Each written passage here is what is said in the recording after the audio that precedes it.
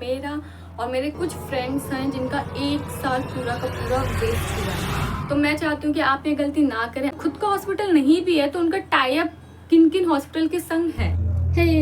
मेरा नाम है ऋषु और मैं BSc nursing third year student हूँ। तो आज मैं आप लोगों को बताने वाली हूँ कि अगर आप नर्सिंग स्कूल में एडमिशन लेने वाले हैं तो आपको कौन कौन सी चीज़ें ध्यान में रखनी चाहिए, क्या क्या चीज़ों को फोकस करना चाहिए कि आपको इन फ्यूचर कोई भी दिक्कत ना हो। तो मैं बताती हूँ। तो पहले मैं अपना एक्सपीरियंस बताऊंगी कि जो भी मैं चीज़ें आपको बताने वाली हूँ इन XYZ रीजन की वजह से मेरा और मेरे कुछ फ्रेंड्स हैं जिनका 1 साल पूरा का पूरा वेस्ट हुआ है।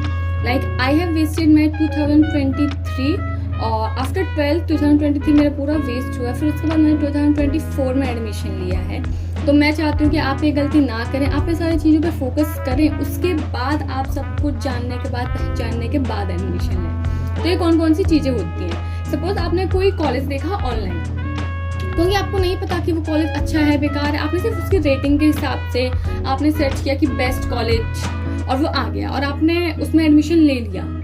व्हाट इफ एडमिशन के बाद आपको पता चलता है कि यार ये तो INC रिकॉग्नाइज ही नहीं है, तो आप क्या करेंगे।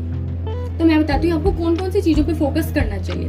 तो पहला है कि अगर आप किसी कॉलेज में एडमिशन ले रहे हैं तो please check INC affiliation. INC क्या होता है? इट्स इंडियन नर्सिंग काउंसिल, जो पूरे इंडिया में जितने भी नर्सिंग कॉलेजेस हैं, मेडिकल कॉलेज है, उनको रिकॉग्नाइजेशन देती है, मान्यता देती है। Like they visit the college और कॉलेज विजिट करने के बाद ये क्या करते हैं, सारे पैरामीटर्स चेक करते हैं कि अगर जैसे 40 सीटें किसी कॉलेज में, तो हो सकता है इसमें 45 बच्चों का एडमिशन दिया हो, तो बाकी के 5 बच्चों का क्या, क्योंकि उनको तो फिर रजिस्ट्रेशन नंबर नहीं मिलने वाला ना। तो वो क्या करती है, they check the each and every college of India कि प्लेसमेंट लगती है इन बच्चों की कि नहीं लगती है, इन्हें क्लिनिकल पोस्टिंग से भेजा जाता है कि नहीं भेजा जाता है, इनकी थ्योरी क्लासेस अच्छे से चलती हैं कि नहीं चलती हैं, कि सिर्फ बिल्डिंग बना के खड़ा कर दिया और बच्चे आते नहीं हैं। तो ये सारी चीजें कौन चेक करता है? INC। फिर दूसरा आपके पास क्या होना चाहिए, जो कॉलेज में आप एडमिशन लेने जा रहे हैं तो स्टेट नर्सिंग काउंसिल, इससे भी एफिलिएशन होना चाहिए। स्टेट नर्सिंग काउंसिल क्या करती है, क्योंकि यही एट द एंड आपको रजिस्ट्रेशन नंबर प्रोवाइड करने वाली है। जो रजिस्ट्रेटेड नर्स का जो मिलता है नंबर, वो यही देने वाली है। कौन? State nursing council. तीसरा आपको क्या चेक करना है? Hospital tie up. सपोज आपने किसी कॉलेज में एडमिशन लिया और उसका खुद का हॉस्पिटल नहीं है, जो मोस्ट ऑफ कॉलेज के नहीं होते, it's not a big deal. और व्हाट इफ उनका टाई अप नहीं है किसी हॉस्पिटल के साथ, वो क्लिनिकल पोस्टिंग पे भेजते ही नहीं है, then what you are going to do? You have nothing to do. तो आपको पहले चेक करना है कि हॉस्पिटल टाई अप है या नहीं है। अगर कॉलेज का खुद का हॉस्पिटल है तो बहुत अच्छी बात है, और अगर खुद का हॉस्पिटल नहीं भी है तो उनका टाई अप किन किन हॉस्पिटल के संग है। क्योंकि नर्सिंग में क्या होता है, थ्योरी के संग संग आपको क्लिनिकल एक्सपोजर भी बहुत ज्यादा जरूरी होता है। तो जैसे मेरा कॉलेज है तो उसमें क्या होता है कि 1 महीने पढ़ाई चलती है एंड 1 महीने की फुल डे पोस्टिंग लगती है, जितने भी मेरे कॉलेज आवर्स का टाइम रहता है उन टाइम में। और किसी किसी कॉलेज में क्या होता है कि theory through lunch break theory की क्लासेस लगती है, आफ्टर लंच ब्रेक आपको क्लिनिकल पोस्टिंग पे जाना रहता है। तो अलग अलग कॉलेजेस के अलग अलग रूल्स एंड रेगुलेशंस होते हैं। फिर आपको क्या देखना है, if you are going to visit the campus तो आप प्लीज नर्सिंग डिपार्टमेंट को विजिट करिए और देखिए कि क्या है क्या नहीं है। सॉरी कॉल आ गया था। तो मैं कहाँ पे थी कि अगर आप कैंपस विजिट कर रहे हैं तो प्लीज आप नर्सिंग डिपार्टमेंट, जो भी आपका स्कूल ऑफ नर्सिंग है, फिर जो भी आपकी नर्सिंग डिपार्टमेंट, आप उसको विजिट करिए। लुक फॉर द लैब्स की लैब्स हैं, डमीज हैं या नहीं है, क्योंकि आपको एक्सपोजर वहीं से ही मिलेगा। आपके कॉलेज में जब भी आपको मैम बताएंगी कि what are all vital signs, like BP check करना है, तो आप BP एपेटाइटिस है कि नहीं है आपके कॉलेज में, तो you have to look for that कि लैब्स हैं नहीं है। आपको कैनलाइजेशन सिखाया जाएगा तो डमीज हैं कि नहीं है, तो आप लैब विजिट करिए and it will be really really really gonna be very good for you if you do all this thing. फिर आपको क्या देखना है कि प्लेसमेंट, जो कॉलेज है इसमें बच्चे जो है वो प्लेस्ड होते हैं या नहीं होते हैं, या फिर इन बच्चों को इंटर्नशिप के लिए भेजा जाता है कि नहीं भेजा जाता है।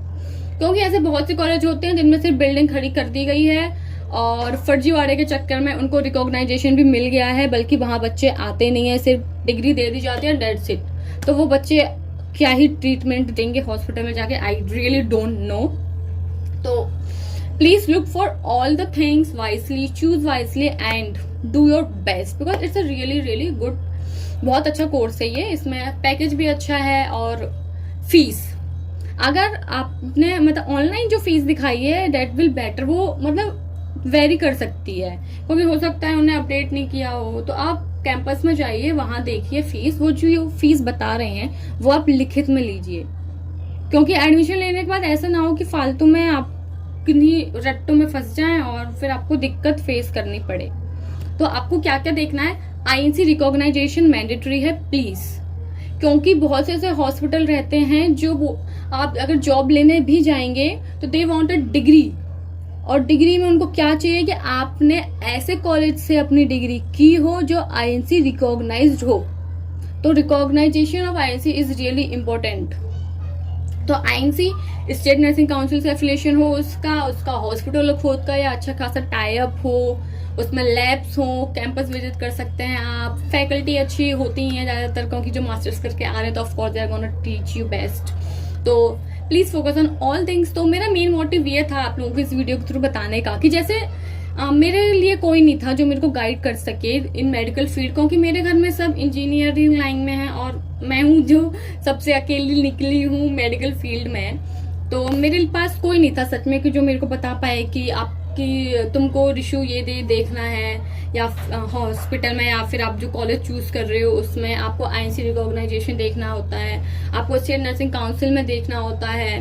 तो मुझे ये सारी चीजें सच में बिल्कुल नहीं पता थी। मैंने जब एडमिशन ले लिया then I get to know कि अच्छा INC is important, state nursing council भी जरूरी होता है। तो मैं नहीं चाहती कि आप में से कोई भी इन सब चीजों में फंसे, क्योंकि जैसे कि मैंने भी बताया कि मैंने और मेरे कुछ दोस्त हैं जिनने अपना 1 साल ऑलरेडी वेस्ट किया था इन सब चक्करों में फंस के। तो आई डोंट वांट कि आप भी ये सारी चीजें फेस करें और अपना साल वेस्ट करें, क्योंकि साल तो वेस्ट होता ही है, प्लस आपके माँ बाप के पैसे भी जाते हैं।